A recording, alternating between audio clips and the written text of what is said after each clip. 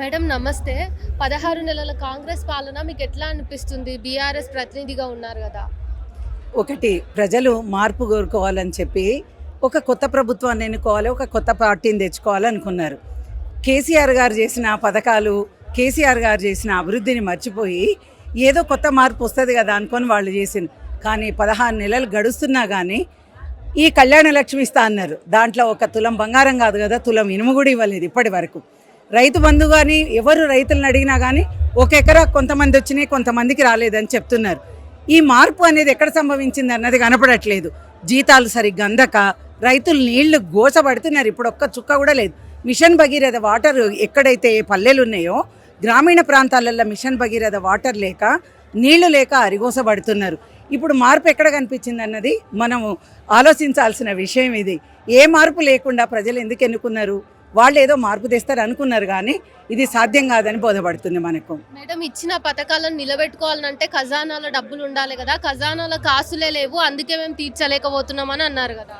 ఇప్పుడు కేసీఆర్ గారు కూడా 14 ఏళ్ళ ఉద్యమం చేసిన తర్వాత ముఖ్యమంత్రిగా ఒక రాష్ట్రాన్ని సాధించి ఒక ముఖ్యమంత్రి అయ్యిండ్రు. అయినప్పుడు ఖజానాలో మనకెవరు నింపి లంక బిందెలు నింపి ఎవరు ఇయ్యలే. మనది మనమే ట్యాక్స్ల రూపంలోనో పన్నుల రూపంలోనో లేకపోతే వివిధ రంగాల నుంచి వచ్చే సాంకేతిక రంగం నుంచి కానీ వీటి నుంచి తీసుకుంటుంటాం మనం వచ్చే వాటిని. తను కూడా అట్లా చేయాలి ముఖ్యమంత్రి గారు తప్ప ఖజానాలో ఏదో ఉందంటే అక్కడేదో బ్రహ్మ పదార్థం, ఇది అల్లావుద్దీన్ అద్భుత దీపం కాదు. ఇది ఏ ముఖ్యమంత్రికైనా ఇది టాస్కే. అది మరి కేసీఆర్ గారు ఎట్లా సృష్టించిండొచ్చు? కొత్త రాష్ట్రం అప్పుడు, ఇప్పుడన్నా అన్ని విధాల అభివృద్ధి చెందింది. కొత్తగా వచ్చిన రాష్ట్రంలో కేసీఆర్ గారికి ఎంత కష్టం ఉండాలి అది కూడా ఆలోచించాలి మనం.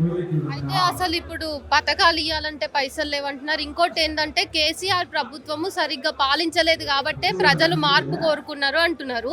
బీఆర్ఎస్ ప్రభుత్వం, గత ప్రభుత్వం ఎక్కడ ఫెయిల్ అయిందంటే మీరు ఏం చెప్తారు? మీరేమైనా సమీక్ష చేసుకున్నారా?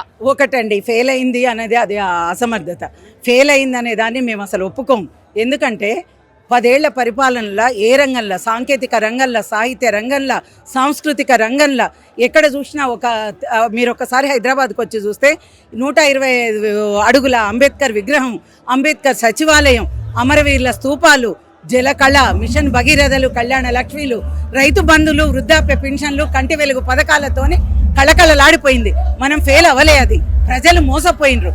ఏంటంటే ఏదో చిన్న ఆశ, ఒక కళ్యాణ లక్ష్మి 1 లక్షతో పాటు ఇంకో తులం బంగారం వస్తుంది కదా.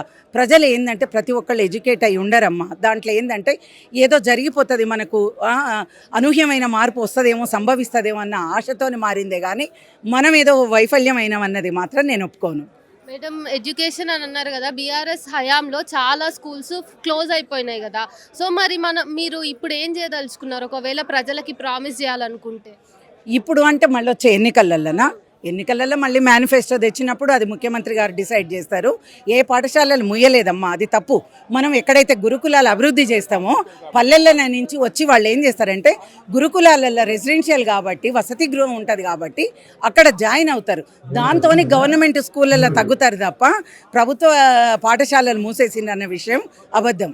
మేడం ఇన్ని రోజులు అవుతుంది, 16 నెలలు అవుతుంది. కేసీఆర్ ప్రజలకు వచ్చుంటే మళ్ళీ నమ్మకం వచ్చేదేమో, కానీ కేసీఆర్ ప్రజలకు దూరంగా ఉంటున్నాడు కదా. మరి ఈ నేపథ్యంలో ప్రజలకు మీరు ఎట్లా మళ్ళీ నమ్మకం కల్పిస్తారు అనుకుంటున్నారు? ఒక విషయం జనాలకు అర్థం కాంది, ప్రజలకు కేసీఆర్ దగ్గర లేడు, ప్రజలకు కేసీఆర్ దగ్గర లేడు. అసలు ముఖ్యమంత్రి కదా, ఇప్పుడున్న ముఖ్యమంత్రి ప్రజలకు దగ్గర ఉండాలి, ప్రజలకు ఏం చేస్తా అన్న వాగ్దానం చేయాలి. మా వర్కింగ్ ప్రెసిడెంట్ కేటీఆర్ కానీ, హరీష్ అన్న కానీ, కవితక్క కానీ ఏ రంగంలో ఏ కష్టం వచ్చినా కానీ ఇప్పుడు చూడండి, ఎవరికన్నా లగచెల్ల రైతులకు కానీ ఎవరికైనా ముందుండి నడిపిస్తున్నారు కదా. కేసీఆర్ గారు రావాల్సిన అవసరం ఏంది అసలు?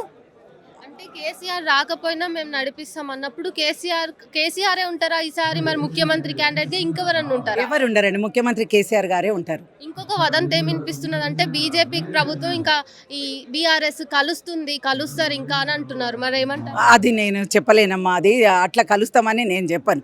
ఎందుకంటే ముఖ్యమంత్రి గారు చెప్పాల్సిన విషయం ఇది తప్ప బీజేపీ కలుస్తుంది, బీజేపీ అట్లాంటివి ఎప్పుడు కూడా అనుకోలేదు. అప్పుడు ఎన్నికలప్పుడు ఏం మార్పులు జరుగుతాయి అన్నది మనం ఊహించలేము. అది థ్యాంక్ యూ. ఓకే అమ్మా.